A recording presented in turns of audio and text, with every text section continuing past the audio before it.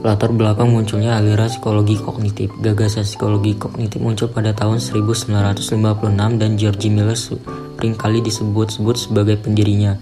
Munculnya psikologi kognitif ini tidak lepas dari pengaruh faktor internal dan eksternal. Faktor internal. Yang pertama, adanya beberapa tokoh non-behaviorist yang pemikirannya sudah lebih dahulu menyampaikan pentingnya faktor kognitif sebagai pembentuk perilaku.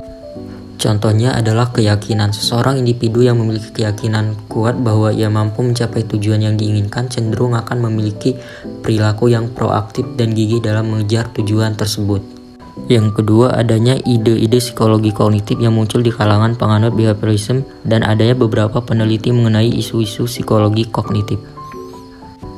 Isu-isu tersebut seperti perhatian dan konsentrasi, bagaimana manusia memproses informasi yang diterima dan memilih fokus perhatian terhadap suatu stimulus. Selanjutnya ada faktor eksternal. Faktor ini terjadi karena adanya pergeseran filsafat sains, seperti keyakinan bahwa segala sesuatu dapat diprediksi secara pasti.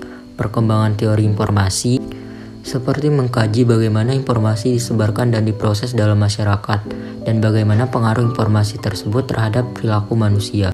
Cybernetics, seperti studi tentang bagaimana penggunaan media sosial mengaruhi opini publik, dan ilmu komputer dan lain-lain. Berdirinya psikologi kognitif. Pada subtopik ini tentang bagaimana pemikiran yang berhubungan dengan psikologi kognitif. Gardner menyebutkan kalau tahun 1956 itu tahun yang penting bagi perkembangan psikologi, khususnya psikologi kognitif. Nah, pada tahun itu diselenggarakan simposium yang disponsori oleh Massachusetts Institute of Technology yang munculkan beberapa makalah tentang ide-ide psikologi kognitif. Di antaranya itu ada Noam Chomsky yang mempresentasikan makalah tentang teori bahasa, Newell dan Simons yang mempresentasikan tentang model komputer dan lain-lain. Menurut Miller, pada simposium itulah psikologi kognitif modern dimulai. Nah, Miller sendiri sering dianggap sebagai promotor dan berdirinya generasi baru yang disebut dengan psikologi kognitif. George Miller sendiri sebenarnya adalah ahli bahasa. Ketertarikannya pada dunia psikologi itu dimulai sekitar tahun 1941 saat dia ngambil master di Universitas Alabama. Salah satu pikiran Miller yang lumayan terkenal ini adalah tentang keterbatasan kapasitas working memory dalam mengingat informasi. Nah, periode ini juga ada orang bernama Jerome Bruner. Bruner adalah mahasiswanya William McDougall, tokoh yang dikenal sebagai penggagas psikologi sosial modern. Nah, kemudian ada pula nama Noam Chomsky. Walaupun bukan keahlian dia dalam bidang psikologi, tapi tetap berpengaruh besar pada kemunculan psikologi kognitif. Perkembangan psikologi kognitif terus berlanjut. Jürgen Hahn menyebutkan periode setelah 1950 ada beberapa kejadian yang mendorong perkembangan psikologi kognitif. Pengaruhnya luas dan sering disebut sebagai revolusi kognitif. Miller menyebutnya sebagai counter-revolution. Nah, berikut ada beberapa peristiwa pasca 1950-an. Yang pertama, tahun 1960, Miller, Galanter, dan Preborn nulis buku Plans and the Structure of Behavior. Kemudian yang kedua, tahun 1960, Miller dan Bruner mendirikan Center of Cognitive Studies. 3. Tahun 1962, Miller mempublikasikan artikel berjudul Some Psychological Studies of Grammar. 4. Tahun 1963, Miller mendapatkan Distinguished Scientific Award. Yang kelima, tahun 1967, Ulrich Neisser mempublikasikan buku yang berpengaruh dengan judul Kognitif Psikologi. Yang keenam, yang terakhir, tahun 1969, Jurnal Kognitif Psikologi didirikan yang menyampaikan isu-isu tentang atensi, pemecahan masalah, ingatan, persepsi bahasa, dan pembentukan konsep. Nah, nggak sampai situ, perkembangan psikologi kognitif itu kian berkembang di tiap tahunnya. Pada tahun tersebut, beberapa jurnal psikologi kognitif bermunculan. Ada jurnal kognitif pada tahun 1972, Journal Memory and Cognition pada tahun 1973, Cognitive Science pada tahun 1977, Cognitive Therapy and Research tahun 1977, dan lain-lain. Nah, tahun 1980-an juga pengaruh psikologi kognitif itu semakin luas. Ini berpengaruh pada berbagai cabang ilmu psikologi, antara lain psikologi sosial, klinis, ataupun psikologi perkembangan, dan lain-lain sebagainya. Baiklah, selanjutnya itu ada tokoh-tokoh psikologi kognitif. Nah, ada beberapa tokoh kunci yang berkontribusi besar terhadap terbentuknya dan berkembangnya psikologi kognitif. Nah, di antara tokoh-tokoh tersebut ada yang namanya George Armitage Miller, yang sering disapa Miller. Lalu ada juga Ulrich Neisser, ada juga Leon Festinger, dan Aaron Temkinbeck. Nah, yang akan kita bahas yang pertama itu ada George A. Miller, yang dimana dia lahir pada tahun 1920 dan wafat pada tahun 2012.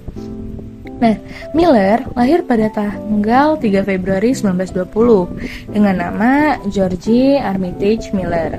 Miller mendapatkan gelar Bachelor of Art atau BA pada tahun 1940 dan gelar Master of Art atau MA pada bidang bahasa pada tahun 1941 di University of Alabama. Nah, awalnya Miller ini berkenalan dengan behaviorisme dan tertarik dengan bahasan mengenai speech and hearing. Ketertarikannya tersebut memang karena pada saat itu behaviorisme begitu sangat dominan sehingga tidak ada alternatif lainnya yang bisa dipilih. Menurut Schultz pada tahun 2009, perkenalannya dengan statistical learning theory, information theory, dan computer-based model of the mind membuatnya menjadi ragu dengan behaviorisme. Gitu. Nah, pada tahun 1951, kemudian ia menulis buku yang berjudul dengan Language and Communication. Nah, namun Miller itu nggak sependapat dengan istilah revolusi kognitif gitu. Menurut Miller, revolusi udah dilakukan oleh behaviorisme dengan mengesampingkan aspek mental dan hanya fokus pada perilaku gitu. Nah, terus, Miller sendiri terkenal sebagai tokoh yang berkontribusi besar terhadap munculnya psikologi kognitif. Ia pun terkenal dengan temuannya mengenai short-term memory dalam tulisan yang berjudul The Magical Number 7 plus or minus 2 yang dipresentasikan pada simposium yang disponsori oleh Massachusetts Institute of Technology. Miller menjawab teka-teki mengenai kemampuan short-term memory dalam mengingat. Nah, selanjutnya ada Ulrich Neisser. Neisser dilahir di Kiel, Jerman pada tanggal 8 Desember 1928 dan meninggal pada usia 83 tahun pada tepatnya di tahun 2001. Nah, ketertarikan Neisser terhadap ilmu psikologi karena pesona George Miller. Karena ketertarikan itulah, Neisser kemudian mengubah bidang studinya dari ilmu fisika menjadi ilmu psikologi. Gitu guys, jadi selain tertarik dengan sosok Miller, Neisser juga tertarik dengan pemikiran Wolfgang Kohler. Gelar dokter dalam bidang psikologi diperolehnya pada tahun 1956 di Harvard University. Oke. Yang selanjutnya ada Leon Festinger, yang dimana ia lahir pada tahun 1919 dan wafat di 1989. Festinger lahir pada tanggal 8 Mei 1919 di New York dan meninggal pada tanggal 11 Februari di 1989. Dan Festinger belajar psikologi di University of Iowa dan lulus pada tahun 1941. Ketertarikan Festinger terhadap psikologi, khususnya psikologi sosial, tidak lepas dari pengaruhnya Kurt Lewin.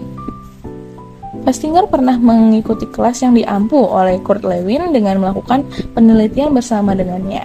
Pada tahun 1945, Festinger kemudian bergabung dengan The Research Center for Group Dynamics di Massachusetts Institute of Technology yang didirikan oleh Lewin. Ia pernah menjadi profesor di University of Minnesota dan Stanford University. Nah, Dalam artikelnya yang berjudul A Theory of Social Compression Process, Festinger menjelaskan 9 hipotesis yang berhubungan dengan SCT, antara lainnya itu menyatakan bahwa dalam diri manusia terdapat dorongan untuk mengevaluasi pendapat dan kemampuannya sendiri. Tuh. Nah, selanjutnya ada Aaron Temkin Beck yang lahir pada 1921 dan masih ada sampai sekarang. Beck dilahirkan pada tanggal 18 Juli pada tahun 1921 di Rhode Island, Amerika Serikat. Ia lulus dari Brown University pada tahun 1942 dan mendapatkan gelar doktor pada tahun 1946 dari Yale Medical School. Nah, Beck termasuk mahasiswa yang cerdas dan mendapatkan banyak penghargaan dan beasiswa. Ia pun termasuk penulis yang sangat produktif, tidak kurang dari 300 tulisan yang sudah dihasilkan.